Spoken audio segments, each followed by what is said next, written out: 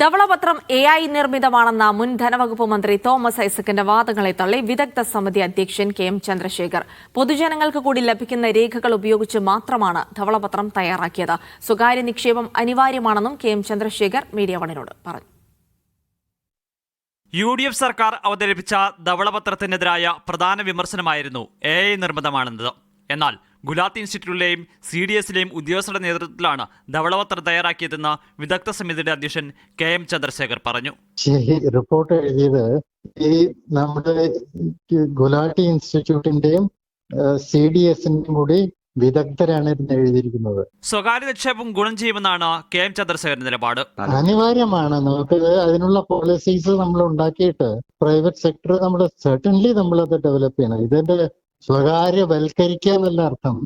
സ്വകാര്യ മേഖലയെ ഇങ്ങോട്ട് കൊണ്ടുവരാനുള്ള അന്തരീക്ഷം സൃഷ്ടിക്കുക, അതാണ് കാര്യം.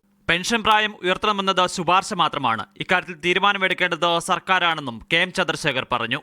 മീഡിയ 1 തിരുവനന്തപുരം.